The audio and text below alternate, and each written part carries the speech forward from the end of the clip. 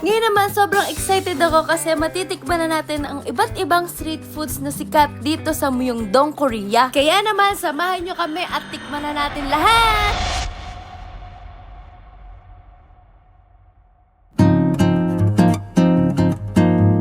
Sup mga chamisi! So for today's vlog ay nandito pa rin tayo sa Korea at ngayon titikman na natin ang street foods dito sa Myeongdong. So isa-isahin natin yan at titingnan natin kung anong magugustuhan natin dito. Siyempre dito tayo sa start pag ganon. Tara! How much? This one? 2,000. So ayan yung egg pan. Gusto ko yung tikman ng nakaraan pa. One only.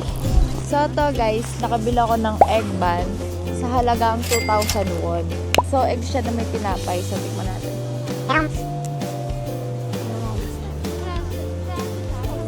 Dami. Aba, Egg lang naman kinain mo eh. huli yata si Kungka. Lasang mapi na may itlog daw sabi ni ate. O nagustuhan niya guys. Napakasarap na merienda. Diba? Yummy. Ang sarap niya na merienda, no? So ang susunod natin titikman ay ang grilled oyster. How much this one? 3K? Ah, 10 daw. Tatlo dapat. 3P. Okay? Mga dami. Nakalagay kasi dito. Ah.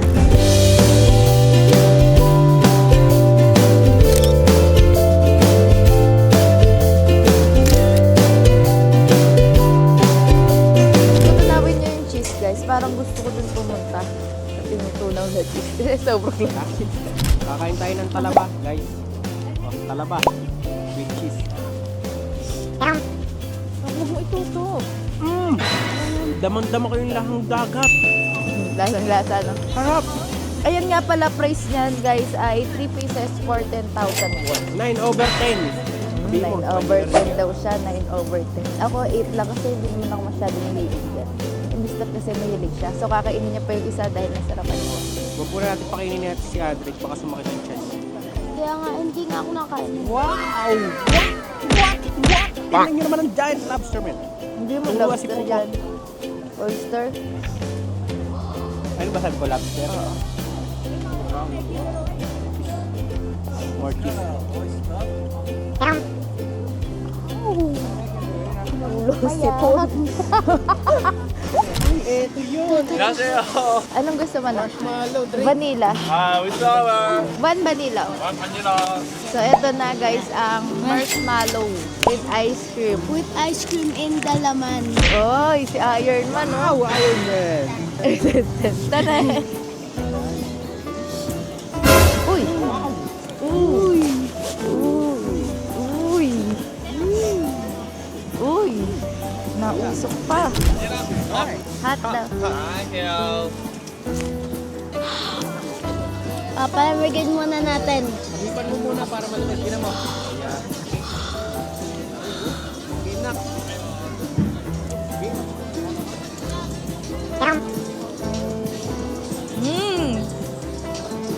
Hindi ko ba natatay? Break, hanap. Break. Hindi ko ba natatay? Tingnan natin yung ice cream.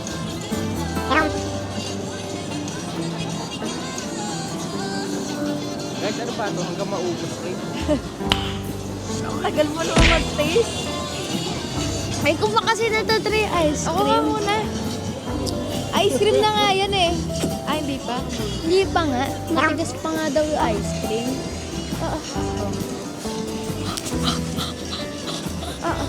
Bakit? Ayun o. Hindi pa kasi yun yung ice cream. Ikaw na mag-rate, man. Masarap. Masarap siya guys. Lalo na yung ice cream. Pag yung ice cream niya pasama niyo sa marshmallow, ang yummy. Nakakangilo nga lang pag ginagat mo yung mga ice cream. Yung nasa labas, lasang taho.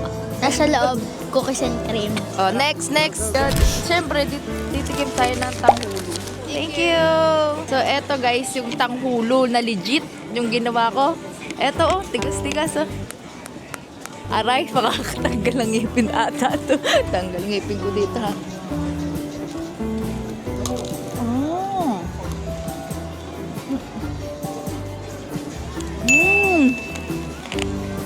Ang sarap! Ang sarap! Pataklam mo sa akin yan. Hindi ako nakain. Sarap. Try this. Yan sa Mar. Hindi naman nag-ayos. Asim niya. Nag-ano sa tamis na.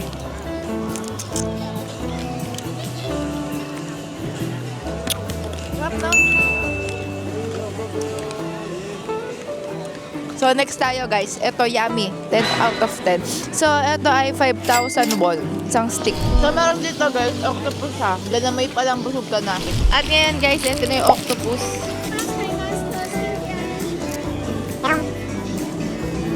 Mmm. Ang kunat. Dahil sa malaki siya. Ang kunat niya, pero masarap siya. Papa, lugin natin ang toge. Ito guys ay 10,000 won. Isang galamay. Parang ano siya, pang ulam na yun. So, ayan yung grilled boneless chicken feet yan, guys. Ang sarap niyan. Gusto ko siya kaso ang anghang niya. So, kung hindi siya maanghang, bibili sana ulit ako. Pero, maanghang siya. So, punta tayo sa next na kakainin natin. So, ito guys, isa sa pinakamahal na titikman natin sa street food. 20,000. Yan, tinatawanan pa ako ni Kuya. That's yummy, right? Hindi siya. So, titikman ni Mr. Alam niya naman si Mr. Guys, mahilig siya sa mga street foods. Yun talaga ang target niya dito. Talaga. Siya talaga magbubukbang, hindi ako.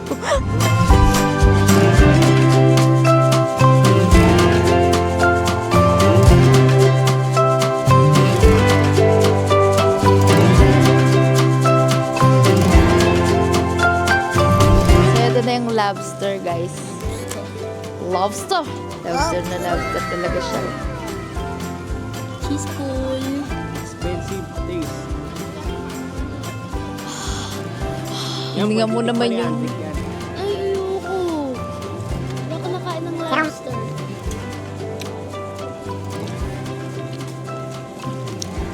Sarap. Ang pinagkaiba niya sa hipon. Malasang malasa.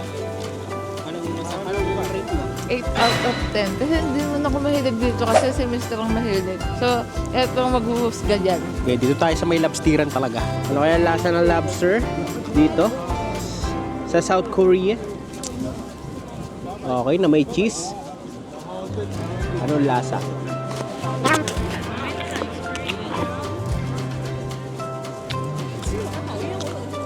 Ang sarap! Lobster talaga, min! 10 out of 10. Mukhang nakita na ni Mr. ang kanyang paborito, guys. Eto na ang dried pusit. Alin dyan? Ayun. How much? What? This one. But spicy, not spicy.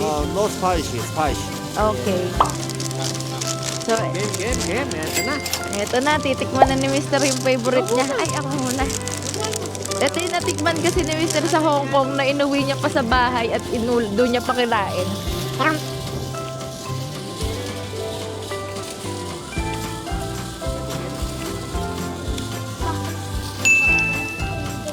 Ito yun. Talaga. Parang makakapag-uwi kayong tatlo niyan. Gaya.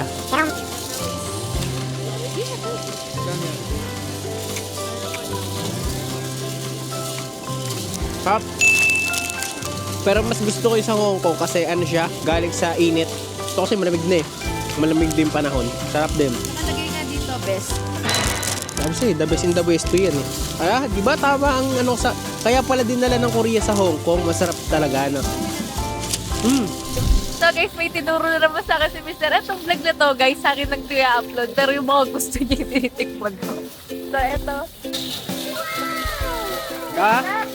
Kastanyas. Tunay na chestnut. Pero kita mo naman kasi ang sabi. 1,000. Oh my God, wala na tayo. Kulang pa ba? Wala tayong pamasay pa uwi. It's called. So, tikman natin. Ito yung chestnut. Okay. Kastanya sa sa atin. Tingnan natin. Ano pinagkaiba ng kastanyas yan? Okay. Kasi ano nila, oh. Talagang sa atin hinahalong mano-mano sa kanilang machine. Oh, yung mga nagkakastanyas dyan, pwede mong masuggest yan eh. Diba? Gano'n kastanya. Sarap. Sarap. Ako naman. May matututunan kayo kasi eto pwede natin gawin mga Pinoy. Oh. Diba? Hindi na kayo mahirapan mag-ikot-ikot. O baka hindi rin natin alam, baka ganyan na rin doon. No? So kaya titikman natin, pag bumili ka dito sa Pilipinas, hindi pa siya bukas. Dito, bukas na siya guys. At Pinagbukas ang ka lalaki na niya- nila. Ang lalaki niya guys. Okay nga, titikman natin.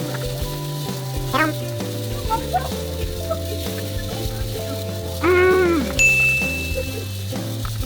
Harap ma!